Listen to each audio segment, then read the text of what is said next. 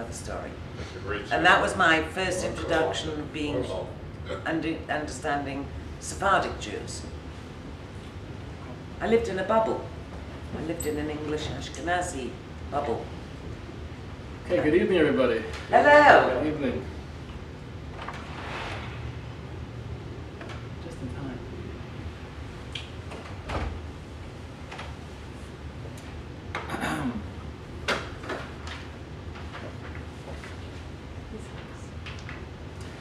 Okay, here we are, number 4 of the 6-part series. Did you catch that? No, it's 5. Well, we don't mind 6. Well, we thought we were remaking. Maybe, with your permission, maybe we'll extend it one more time. Great. I don't want to rush through the whole. That would be fabulous. Yeah. Okay. Yes. No problem. Beautiful. All in favour. So we'll meet next week, hopefully, for number 5, and then we'll have the grand finale with number 6 the following week. What's that? That'll be right before. Before Hanukkah. That'll be the Tuesday Yeah. Before Yeah. No, after No, Thanksgiving. after Thanksgiving. That'll be the After last one. Thanksgiving.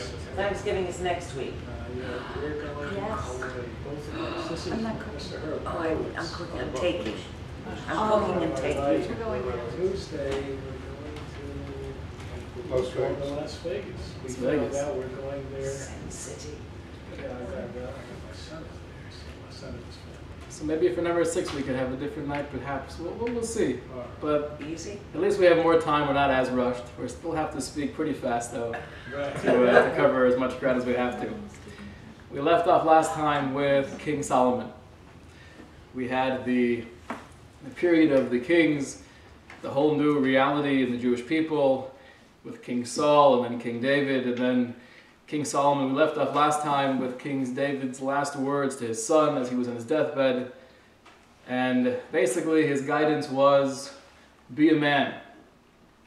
Be a man. What does that mean, to be a man?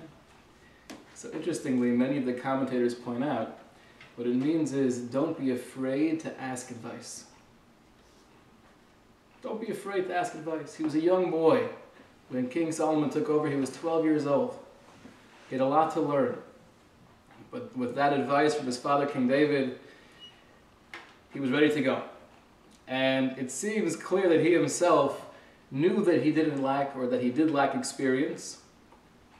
It says that he himself turned to God and said, now God, you have crowned your servant, referring to himself, in the place of David, my father, but I am a young man.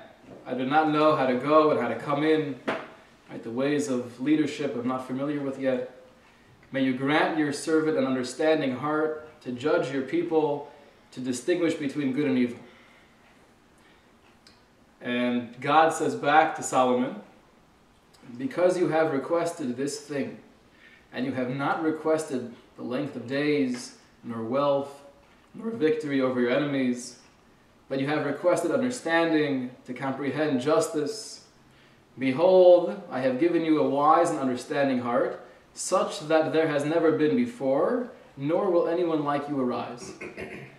You had the right motivation. In a sense, God came to King Solomon and said, I'll give you whatever you ask for. Whatever you wish for is yours. And he could have said anything. The one thing that was in the forefront of his mind was, I want to understand. I want to have clarity. I want to be able to come to a true conclusion and be able to be a good leader. And God said, good choice. And therefore he gave him that, a wise, understanding heart. We know that King Solomon is referred to as the wisest of all men. And at the same time, he also got blessed with wealth and prosperity and fame. He got the whole package. What's the definition of a wise man? King Solomon was the wisest. What makes somebody wise? We have a Mishnah. We're not going to get there today, but we will get there next week to what the Mishnah is. But the Mishnah tells us, Ezu chacham halomin mikol adam. Who is the wise man? He who learns from all men. A person who is so eager, who is so motivated to learn that I don't care who you are. I don't care if I'm 85 and you're 35, I can learn something. I don't care if I have a lot more expertise in this field, but you might have a new angle, you might have a new insight. It's that desire, it's that passion for wisdom, it's that thirst for wisdom that makes somebody wise. Because if you have that, then ultimately you will achieve wisdom. You'll get the knowledge. But it comes from having that passion and desire, and King Solomon definitely had that. You read his works that we have in the Bible, in the Tanakh, you read through Koheles, Ecclesiastics, and the whole book is about his passion, his thirst for getting deeper in life, seeing beneath the surface. That's what made him wise. And it wasn't just a selfish pursuit. It wasn't just, what can I learn from my self-gratification? But he had the passion to teach that and share that knowledge with others. He himself writes in one of his books in Tanakh, he says, besides being wise and humble, but humility doesn't mean to fool yourself. You have to know who you are. And he did know who he was. And he writes about himself, besides being wise, I also imparted wisdom and knowledge to the people. It wasn't just about me.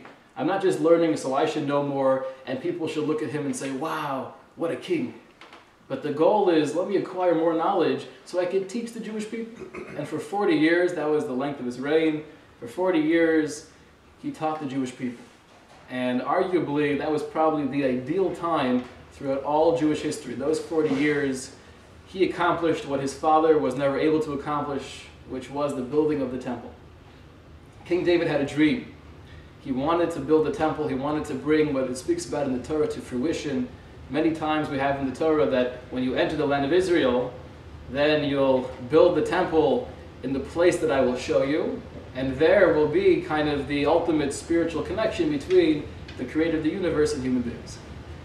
David wanted to do that, but he couldn't. God denied him that privilege because he said, listen, you're a warrior. You've been involved with bloodshed, with murder, all for good causes. But to make this reality, to make this space between God and human beings, this harmony, it has to be a place of peace created by a person who's not a warrior. And therefore your son will be able to do it, but you can't. And that's what he did. The 4th year into his reign, King Solomon began the work on the first temple in Jerusalem. And it was a massive undertaking. He had taxation, he had 30,000 people working for him, and within 7 years they completed the first temple.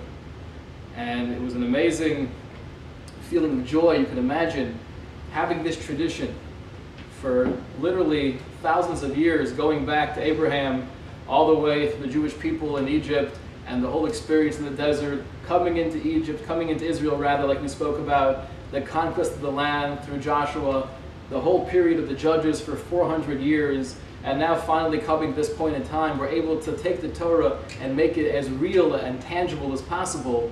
That's what Solomon achieved.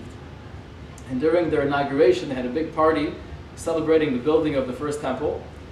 And King Solomon offers a prayer. And he says as follows, this is a quote from Malachim, from the Tanakh. Would God truly dwell on earth? Behold, the heavens and the highest celestial realms cannot contain you, and surely not this temple that I have built. However, may you turn to the people the prayer of your servant into this supplication. He was expressing the idea that obviously we're not building a house for God. God doesn't need a house. We're building a house for man. This is a place, this is the central meeting place for all Jews to come and express their connection with the creator of the universe, express their connection with each other. That's what the temple was. And Solomon was saying, this is not for you, it's for us. But I pray to you, I turn to you and ask, please listen to our prayers. Make this a place where we can truly connect with you. And he continues, also the non-Jew, who is not from your people Israel, but will come from distant lands, and will come and pray to this temple, may you hear his prayer as well. King Solomon's vision wasn't just this should be the center of the Jewish people, but his vision was much more broad. This should be the center for all people. Let anyone come. Race, creed, color, any religion, come here, turn to the creator of the universe, offer your prayers. This is a very special place of connection. And we're told that all the people did come. People would come from faraway lands to come to King Solomon and ask him for advice. He had the reputation, not just in the Jewish world, but in the non-Jewish world, of being a tremendous sage and wise man. And in that sense, for 40 years, we had the ideal, the zenith of all Jewish experience.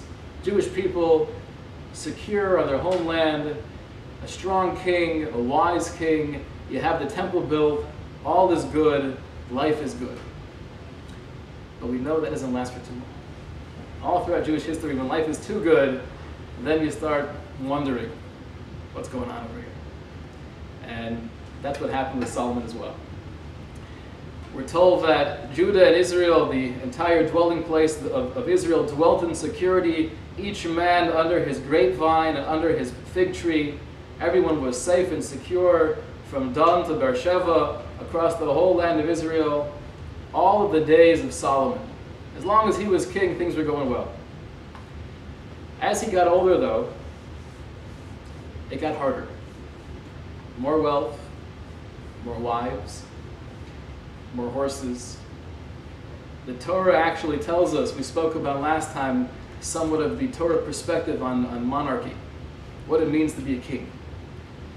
And the Torah cautions that the king should not have too many wives, not too many horses. Don't use your wealth, don't be too extravagant, because it'll lead you in the wrong direction. And Solomon, although very wise and very noble-hearted, he had wonderful intentions. His intentions for marrying many women, it wasn't out of lust, it wasn't out of passion. Number one, it was political. In the olden days, the way that you create peace between nations, the way that you connect empires, is through marriage. That's how they did it. He wanted to create peace. He wanted to have a more secure homeland. Furthermore, it was spiritual. We actually have sources that tell us that part of his intention in marrying these many women and connecting with many different societies was to be influential in those societies. I want everyone to, so to speak, get a glimpse of this reality, and I want them to see the flame of Torah and let that spread, let there be a light onto the nations. So he was very noble, well-intended, but the Torah is the Torah. And his father's advice of ask advice and listen to the Torah, and that's how you'll be successful, he did not heed. King David knew he was brilliant. He knew his son was very creative, was very innovative, and he knew that he would think of ways to tweak the system, to improve the system. The problem is, though, whenever you have something that's eternal and infinite and ultimate truth, when you tweak it, it's not going to work. When you tweak ultimate truth, good things don't come from that. And towards the end of his life, he lost control on some level of all that was going on in the kingdom, and he was held responsible for some of the idol worship that began to take place, some of the immorality that began to take place. And God comes to Solomon and says, because of what's happening, your son will not be able to maintain the kingdom. There's going to be a split, there's going to be a split off from the northern kingdom and the southern kingdom. And how we have the son of King Solomon. Who was his son? Anybody know his name?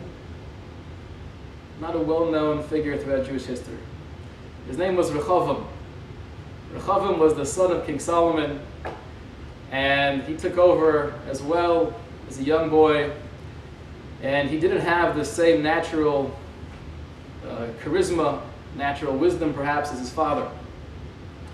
And he came into a situation where, from the Democratic point of view, you might say Obama came into the situation where it was too late to do anything. The economy was always, headed downhill, the train was going, and if nothing happened in the past 4 years, it wasn't his fault anyways, it was what Bush did. Whatever the perspective is, but that was what happened to Rehoboam. He came into a situation where there was a lot of disarray. And the Tanakh actually tells us that he went to the elders and he said, what should I do? Everyone's complaining, there's too much taxation, it's too much of a burden on us, we can't bear it.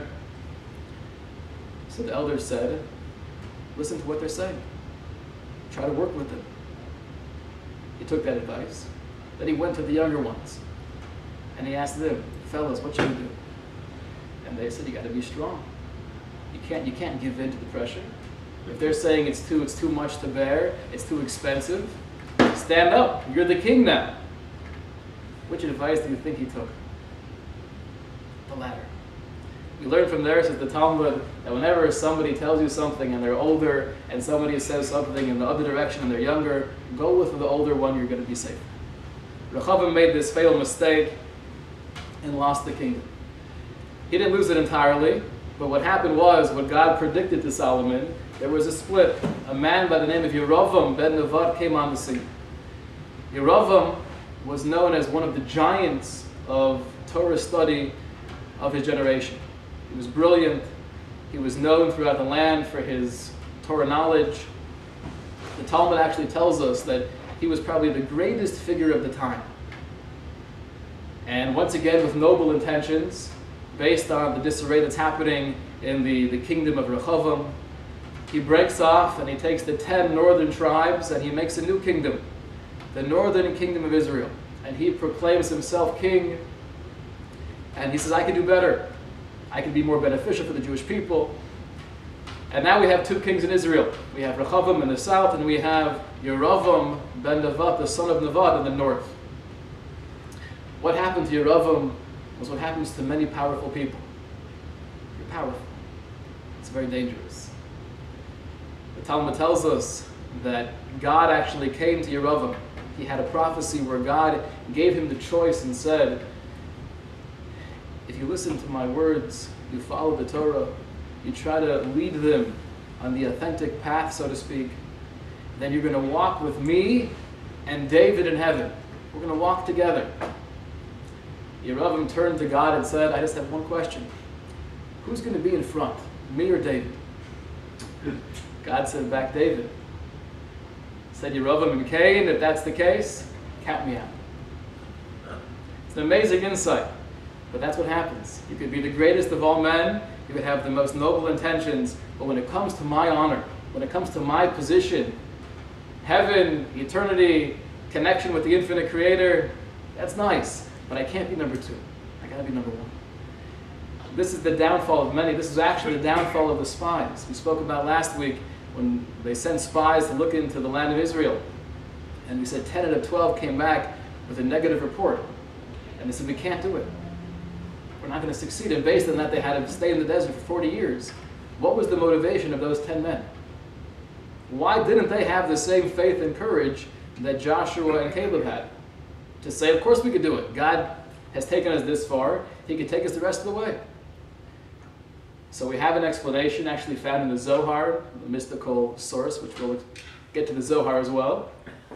The Zohar tells us that they were afraid that once they would get into the land of Israel, and it's a whole new system, it's a whole new structure of government, they wouldn't be the leaders anymore. So they were concerned, if we lead the people into the land right now, we're going to lose our position. Once again, this was not in the conscious mind. They were great men, but somewhere in the subconscious, not wanting to be number two always plays a big role. That's what led the spies to make their grave mistake, and that's what led Yerovam, also a great man, to make his mistake.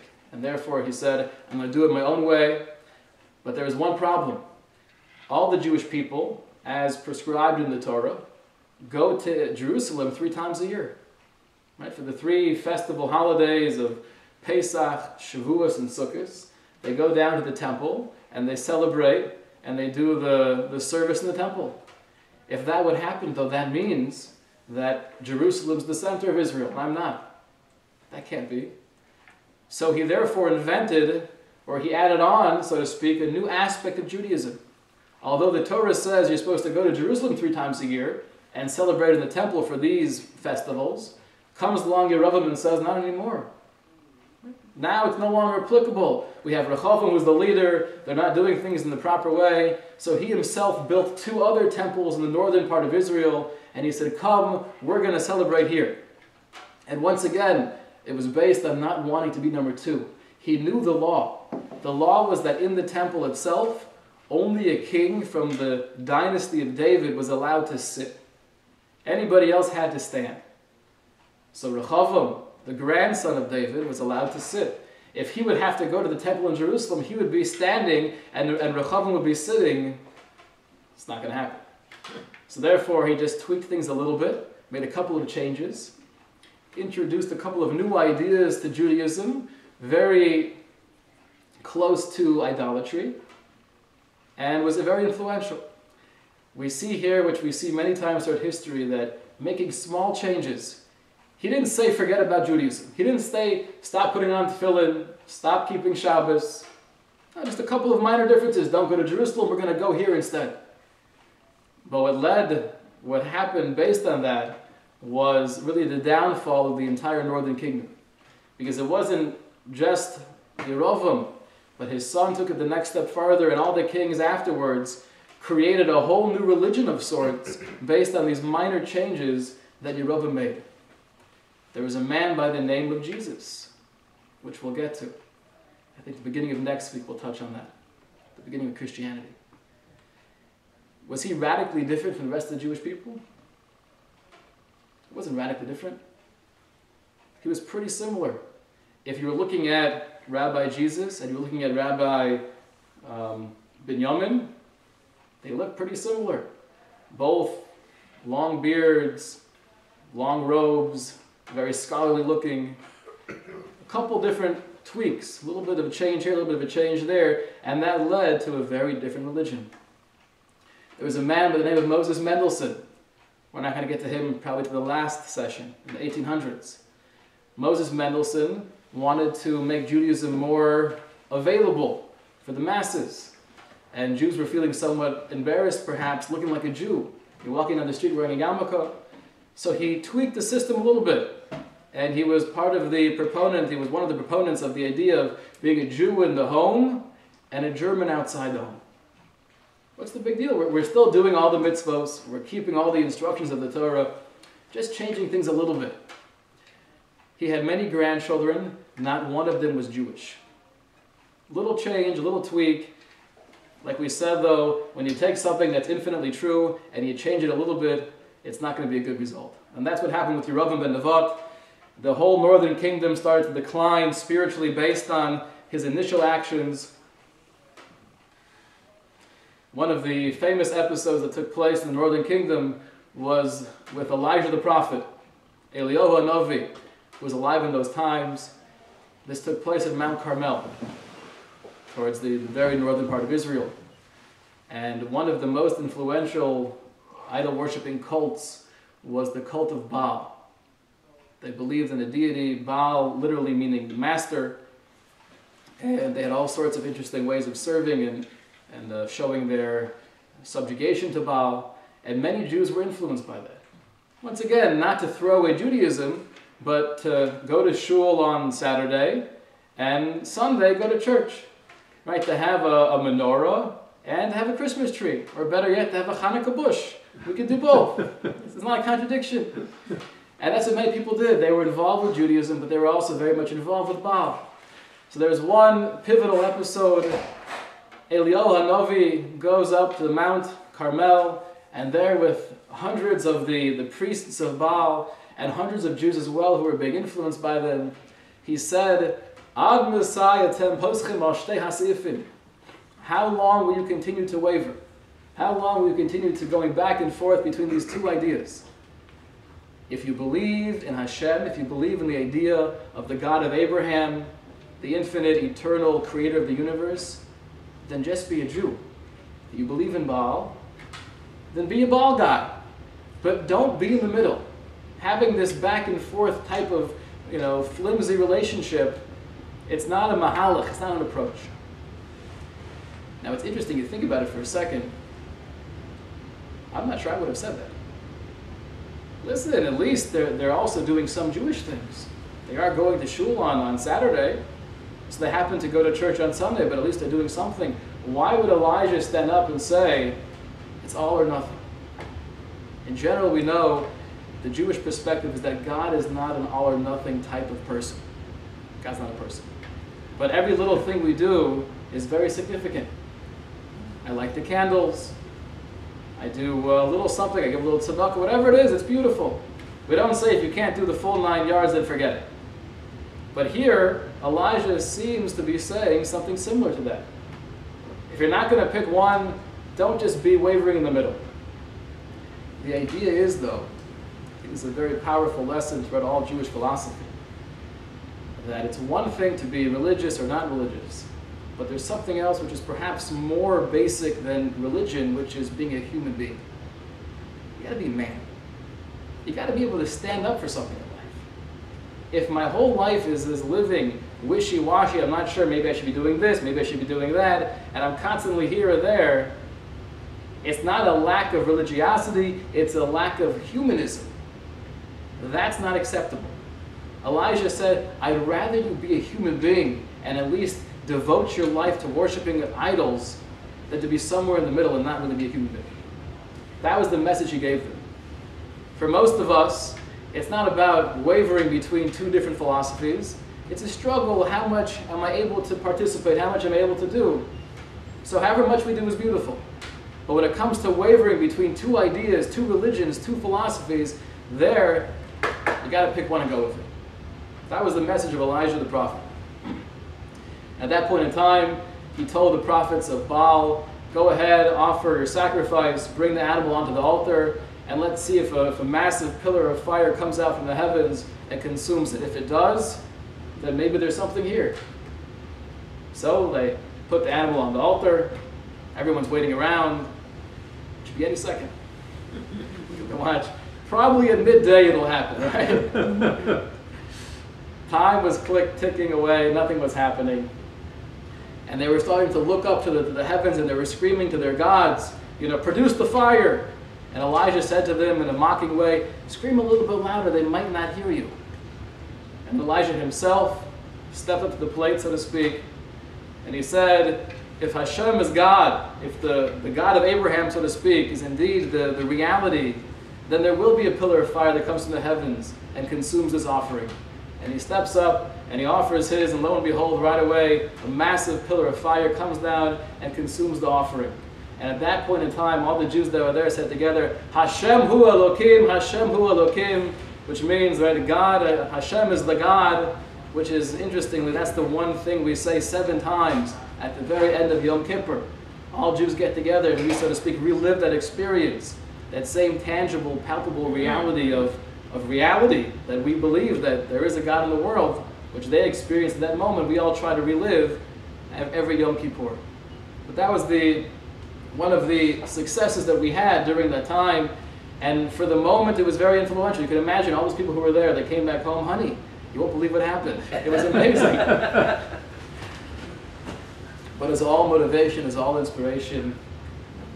A couple days go by, a couple weeks go by, and we go back to whatever we were doing before. Yeah. And that's what happened as well. The northern kingdom, although that was a success, they continued to decline. In the year 555 BCE, more than 200 years after the split from the northern to southern kingdom, the Assyrian Empire came in and they conquered the entire northern kingdom. So 555 BCE, right over here, 556, the exile of the 10 tribes.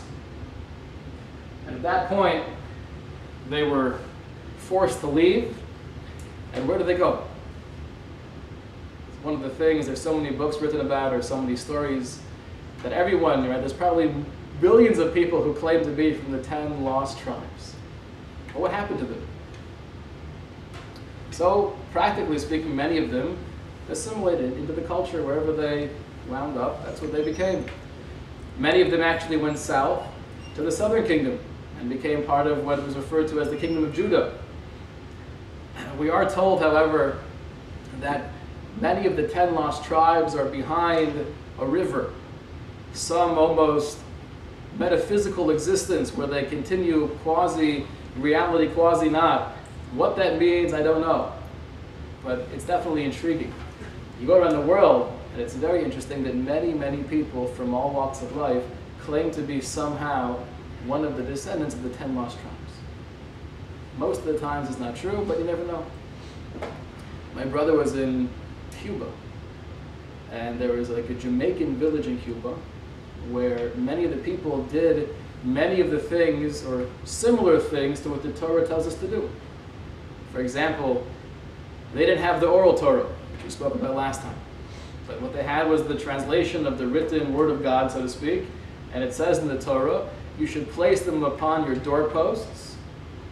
So they would actually write that on the door, they would write out that verse in English. You shall place them upon your doorposts. That was their form of mezuzah. And they claimed they were part of the 10 lost tribes. So whoever they are, whatever happened to them, it's clear that Sancheriv with the Assyrian army came in 555 and exiled the 10 tribes. Now all we have left in Israel is the southern kingdom of Judah. The kingdom of Samaria is no longer existing. The king in the north during that time, the king in the south rather, during that time, was Chizkiyahu. Chizkiyahu was one of the very righteous kings of the south. We actually have a tradition that he had the potential to be Mashiach. He could have been the Messiah. Now we see over here that the last set of 2,000 years, we don't have it written anymore, but the last set from 4,000 to 6,000, we said those are the years of Messiah. So we'll have to address what that means and how that will play out. But Chizkiyahu had this potential, he had this greatness within him that he could have been the leader of the Jewish people for eternity. But the generation wasn't worthy. And he did amazing things, practically speaking, to defend themselves upon the potential onslaught of the Syrian army. They just took over the north, and they were obviously very nervous. They would come southward and take over the south. The tunnel, if you've seen the tunnel in Israel, Hezekiah's tunnel, from the spring of Gihon that goes into what used to be the old city of David, you can walk through now. It's an amazing tourist site. If you're afraid of closed-in places, I would not recommend you to go. Very claustrophobic. But it's an amazing thing. They dug this tunnel to have a source of water just in case they would get attacked from the Syrian army. It never happened though, but he was a righteous man and he really led the southern part of the Israel to new levels of spirituality. However, as a constant theme, his son didn't follow in his ways. We saw this before in regards to Shmuel, in regards to Samuel. He was a righteous man. He was able to reunite the whole people of Israel, but his sons, they weren't on the same page. The son of Chizkiyahu was Manasseh. Manasseh was known as perhaps the most evil of kings. He put up idols across the land and definitely was very detrimental to the spiritual well-being of the Jewish people. We have one tradition that tells us that there was a fire that constantly burned in the temple. There were many miracles that took place in the temple. And one of them was the fact that fire on the altar was always burning until Manasseh came. He himself killed his grandfather. He had an illustrious grandfather whose name was Isaiah. Isaiah the prophet, Yeshaya Hanavi, the grandfather of Manasseh, was killed by Manasseh. So an extremely evil person who did really almost irreparable damage to the Jewish nation. His grandson, however, Yoshiyahu, came to be king, and Yoshiyahu was the last glimpse of hope to maintain the kingdom, to maintain the first temple. And he started a whole Baal Tshuva movement, which he would gather all the people together, he would force them to get rid of any idols that might have been in their proximity, and to return to the basic ideals of Torah. And he was extremely successful, but almost too successful. As he was going on in his endeavor and his mission to rid the Holy Land, so to speak, of all the cults and idolatry, the Pharaoh, who was the head of Egypt at the time, came and they requested permission to go through the land of Israel to be able to fight the Assyrian army. Right? The Assyrians were in the north, and Egypt, as we know, is in the southwest. They wanted to go through Israel to be able to fight the Assyrian army.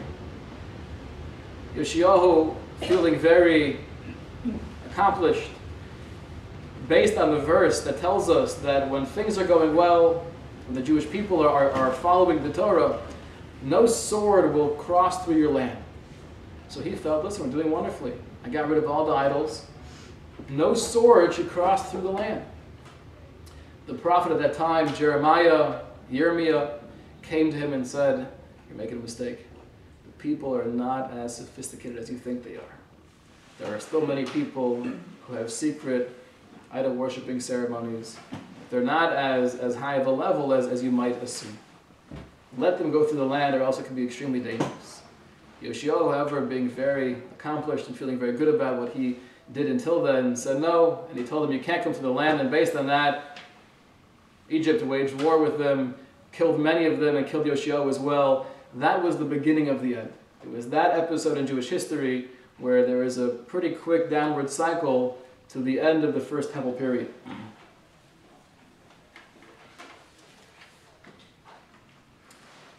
During that time, there was a new world power. The Assyrian army were no longer the big shots. It was now the Babylonians. The Babylonian Empire, also in the north, came in the year 422 and destroyed the temple. At that time, 422 BCE, what was the date, by the way, on the Jewish calendar? Anybody know? The 9th of Av. The 9th of the month of Av, we saw the first time in history the 9th of Av was significant, was the day the spies came back. And they said, we're not going to be able to do it, and therefore there is the decree to be in the desert for 40 years. That was the 9th of Av. Now we have the 9th of Av again, hundreds of years later, with the destruction of the first temple. There's an interesting episode that we're told from one of the great authorities who lived in the 1500s, that Plato lived in the times of the destruction. And the leader of the Babylonian army, Nebuchadnezzar, when he came in to destroy Jerusalem and to destroy the temple, Plato came with him. And legend has it that he saw Jeremiah the prophet after the destruction, and he was crying, and he was totally in a very profound stage of mourning. And Plato turns to Jeremiah and says, I don't get it. You are the wisest man the Jews have. A person with your level of intellect, why would you be crying over sticks and stones, so to speak? It was a building. It was a nice building. Now it's destroyed. What's the big deal?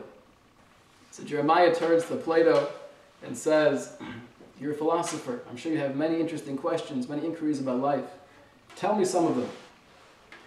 So he tells him some of his most perplexing issues, and Jeremiah basically runs circles around him and shows him new angles and new insights that never crossed his mind. It was brilliant. And Plato, being totally taken aback, says, where did you get this knowledge from? How did you achieve such lofty levels of intellect, of philosophy? And he said, from those sticks and stones.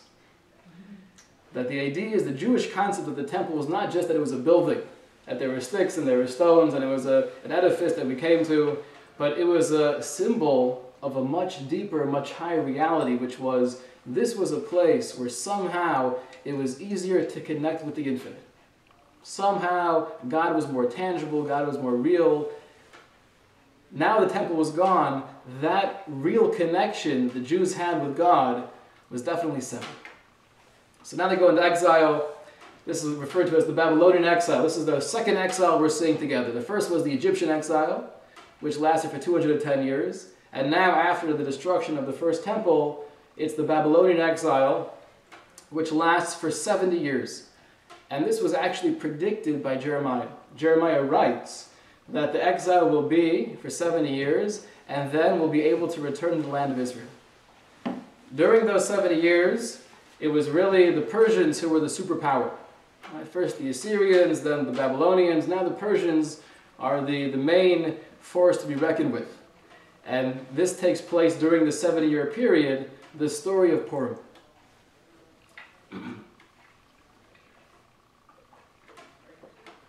King Achashverosh, we're aware of the basic story, the head of Persia, and a man named Haman.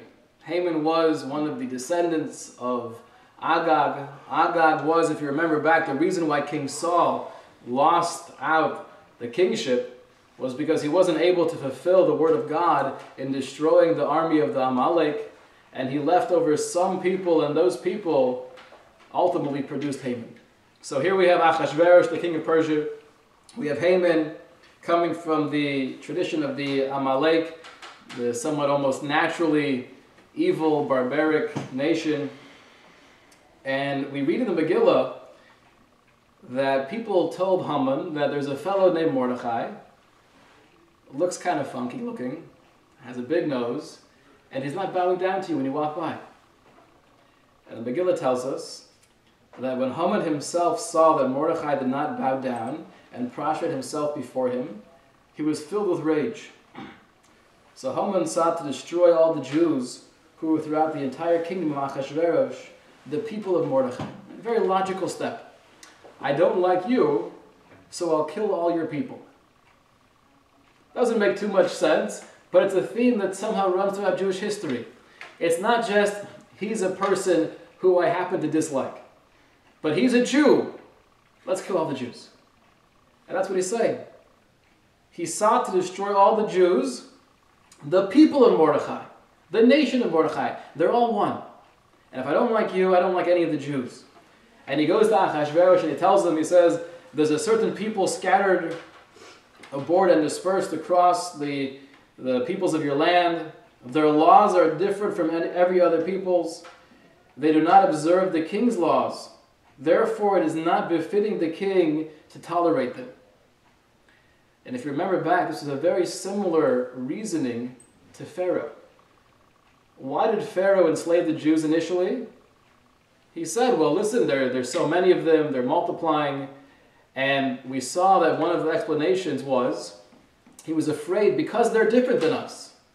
So if they're different, they must not like us. And we explained that basic psychology is that, well, if you're different than me, so we dislike you, and you know we dislike you, and you don't like us. And therefore, you're going to kill us, so by killing you is self-defense. Basic rationality, basic logic of anti-Semitism. Haman had the same approach. They're different, they're dangerous, let's kill them. We know what happens. Esther saves the day, and she does that in a very interesting way. She first has a party. She wants to make a get-together between Achashverosh and Haman. And she invites them to come together, and they first just have a party, and they just schmooze a little bit and relax. And then Achashverosh says, what can I do for you? She says, do me a favor, let's have a party again tomorrow. Okay. And again, she invites Achashverosh and Haman to the party. The Talmud is bothered by the question, why did she invite Haman? The main goal of that get-together was to tell Achashverosh, there's a man named Haman who's trying to kill the Jewish people, and I'm one of the Jews. We have to stop this. Why did she invite Haman to come as well? The idea is, says the Talmud, that she was nervous that the Jewish people, by having her in the government, might feel complacent. They might feel, listen, I know there's a decree out to kill all the Jews, but Esther's there. She'll take care of us. We don't have to turn to God. Esther will work things out. She didn't want them to feel that way. So she invited Haman to the party to make it seem as if she was one of the people. She was friendly with Haman. She was friendly with Achashverosh. And that way, Jews would have to turn to God. We can't rely on Esther. It's a very important thing, though, that what Esther was teaching us. Whatever looks to be good, whatever looks to be beneficial, we have to be thankful, we have to feel gratitude, but we can't therefore say, okay, we don't need you anymore, God. It's the famous story. The guy's running late to the meeting, and he's looking for a parking spot, very important business deal.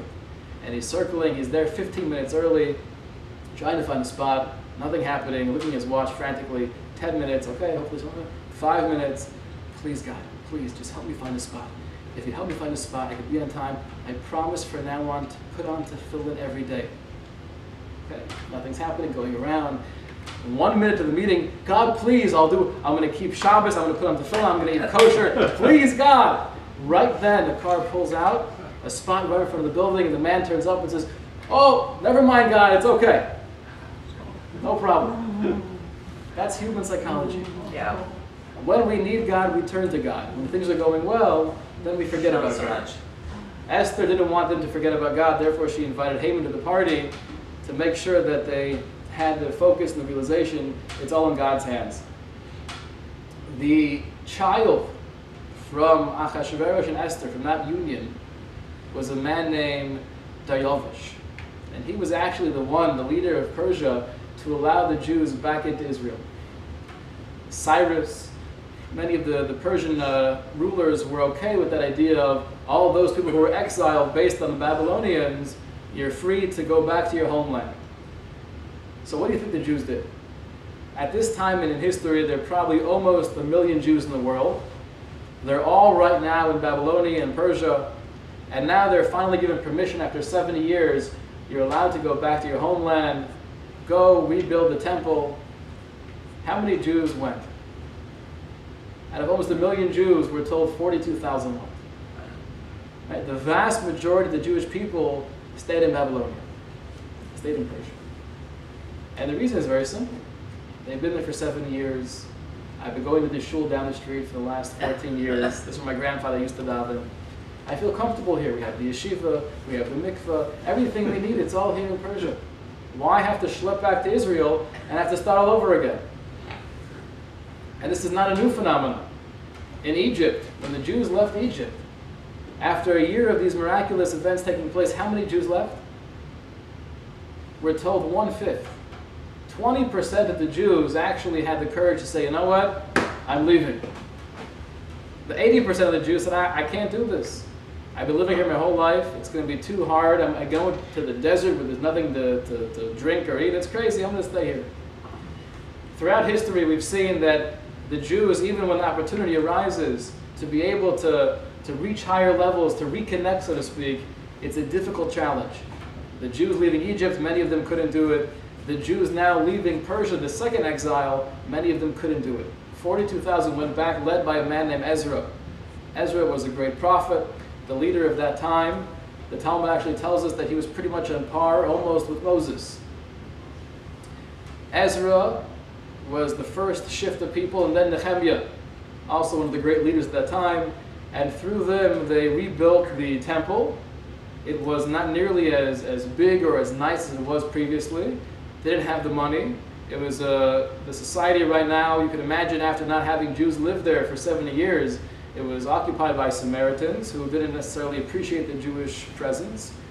It was a hard battle, but these 42,000 Jews who went back to Jerusalem, the verse tells us that they had one hand building and one hand fighting. But they did it. The majority of Jews stayed in Babylon, though. We're going to see as well when we speak about the Greeks during the times of the Maccabees. The Greeks, I don't want to elaborate too much right now, but the people who actually joined the Maccabee forces were very few and far between. Now every Jew celebrates Hanukkah. And we always think about, Yehuda Maccabee and the glorious warriors. If you were there, would you actually have been part of their movement? Or would you have been part of the vast majority of Jews that said, you know what, maybe it's not so bad. A little bit of Hellenism here and there, what's the big deal? This is a classic Jewish theme. The Talmud tells us that I've seen those people who are intent on growth, and they're very few. Most human beings, if I'm comfortable, if I'm complacent, I'll stay right here. I'm not going to push, I'm not going to mess things up. The goal of the Jew is to always push though, never to be complacent. And exile, as we see, is never a situation that's certain, but it always starts off well. In Egypt, it started off very well. They had Joseph in the government, like we spoke about. In Babylon, it was also pretty nice. Now they're going back to Israel, reestablishing the temple. In the year 18 BCE, we're getting closer. In 18 BCE, there was a revamping of the temple. And Herod the Great was a tremendous builder. Herod the Builder is referred to as well. And he took this small, puny building and made it tremendous. The Talmud actually says that anybody who hasn't seen the temple, the second temple that Herod built, never truly saw a real building in his life. It was massive, it was gorgeous. Before the destruction of the first temple, the ark was hidden. The Ark of the Covenant, which we spoke about, that had the tablets of law, that had the Torah scroll, the initial Torah scroll that Moshe wrote down in that ark, that was hidden before the Babylonians came, and therefore in the second temple it wasn't there. The entire second temple experience was very, very different than the first temple. The first temple, God's presence was tangible. There were miracles happening on a daily basis. You would travel from across the world, as many people did, and they felt the connection. In the second temple, it was a whole different experience. Those open miracles weren't there. Prophecy, we're told, prophecy was fading out. During the First Temple period, we had many, many great prophets, many men and women who were tremendous leaders of the Jewish people through prophecy. In the Second Temple, that wasn't there. There was no longer a king at this point in time. The whole era of the kingship was no longer. Rather, they had an assembly referred to as the Anshe Knesset HaGedolah, the men of the Great Assembly, which consisted of 120 leaders of the Jewish people, scholars, many of them the last of the prophets. Mordechai was amongst them, and they were the new leadership of the Jewish nation. What's very interesting is pretty much Judaism that we have today came from those people. Until that point in time, until the beginning parts of the Second Temple period, which we're talking now in the 370-ish BCE. What's the exact date? Building of the Second Temple, 355 BCE. So at that point in time, the leadership of the men of the Great Assembly, they created Judaism, what we have today. Now, created is a very dangerous word, because the idea of any human being coming along and creating Judaism is not our perspective. But as we spoke about before as well, the goal, and this is the fine balance that exists in every generation, the goal is to try to take the Torah's ideals, the Torah's philosophies, make it relevant, make it applicable to every time and place without changing anything. Very, very, very hard to do. The Anshe Knesset Gedolah, the men of the Great Assembly, they seemingly changed lots of things. Before their time, there was no such thing as formal prayer. It didn't exist. There's an obligation in the Torah that a human being, a Jew, pray. You have to connect, you have to communicate with God. How else do you have a relationship without communication? But there's nowhere in the Torah where it actually says, what words should I say to God? That was left up to our own creativity. In the times of the Anshe Knesset Gedolah, the men of the Great Assembly, they came along and they actually created a text. This is what every Jew should say. The Siddur that we have nowadays was the creation of that assembly. The Bible, where did the Bible come from? Well, the 5 books of Moses we know. That was written by Moses, dictated by God. The 6th book of the Bible we also know. We spoke about Joshua, he wrote his own book. But all the books we have as well, right? We have Shoftim, we have Shmuel, Kings, and we have, where do they all come from?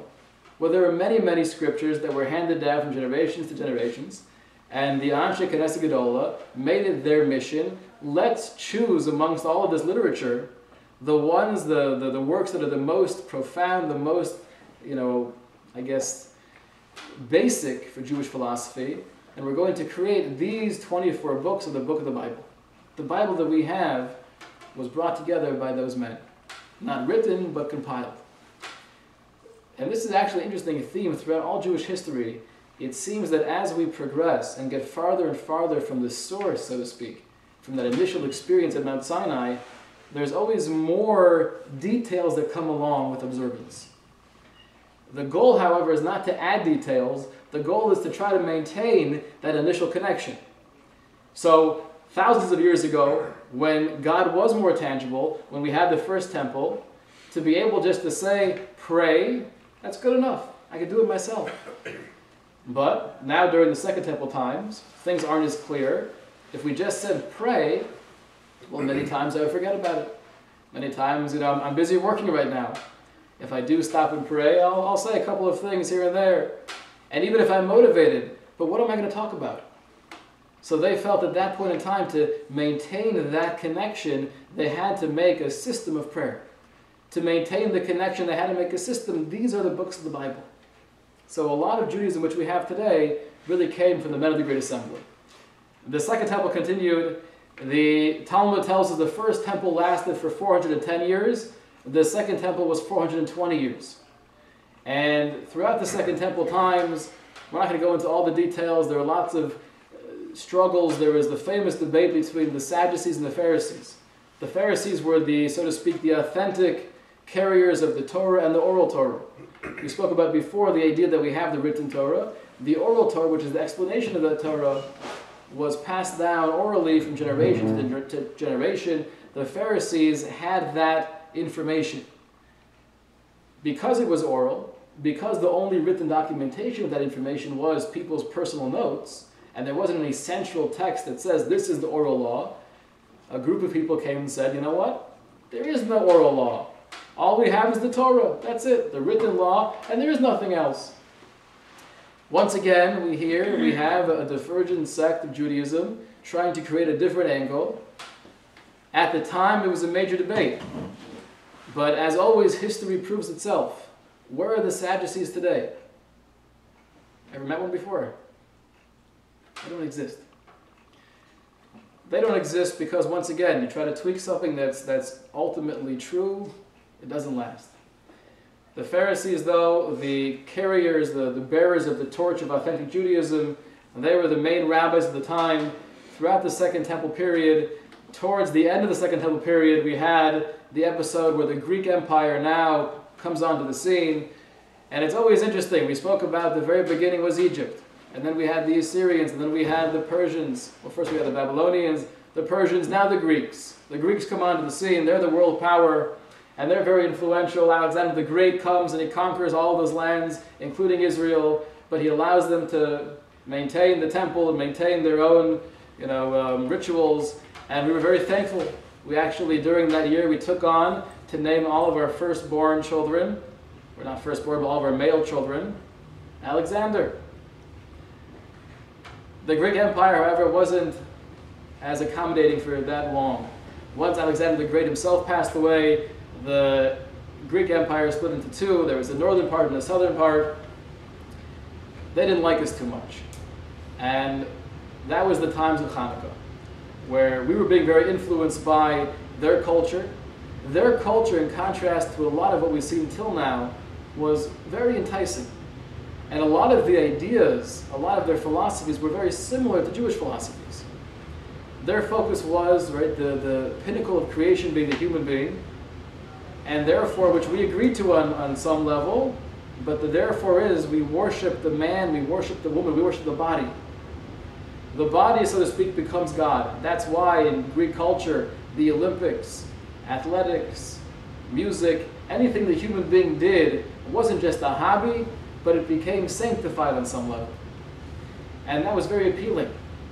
Many of the Jews, although probably not great athletes, I doubt there are many Jews in the Olympics, but many of the Jews wanted to be more like the Greeks. They wanted to be more into that culture, into that music, into that idea of the sports and the drama. There was one thing, though, that the Jews had and the Greeks didn't, which was somewhat embarrassing: circumcision.